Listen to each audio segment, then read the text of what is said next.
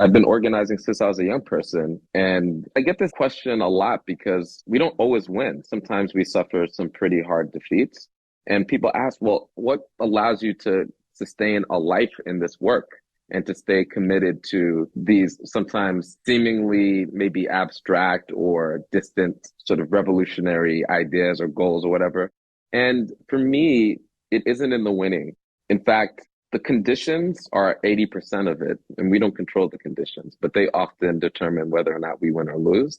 We got a good 20%. That's on us, right? But it really isn't to us whether we win or lose. We do our best, and sometimes we suffer some hard defeats. Sometimes we experience some amazing wins, but the winning and losing isn't for us. And the moralizing, whether or not this is a morally just thing to do, it's hard to know enough to know if the things that you're doing are the right things. We try to do the right things, but history often determines whether or not we were right. And sometimes obsessing about whether or not you're right is more for your ego than for the people that you're in struggle with.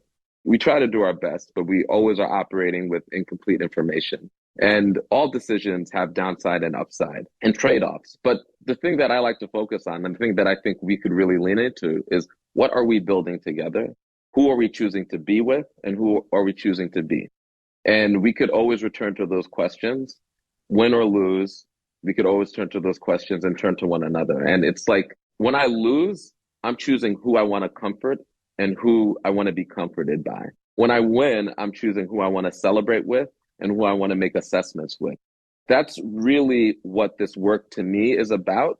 And getting every day to make those choices about who I'm choosing to be in community with, who I'm choosing to fight with and fight for, win or lose.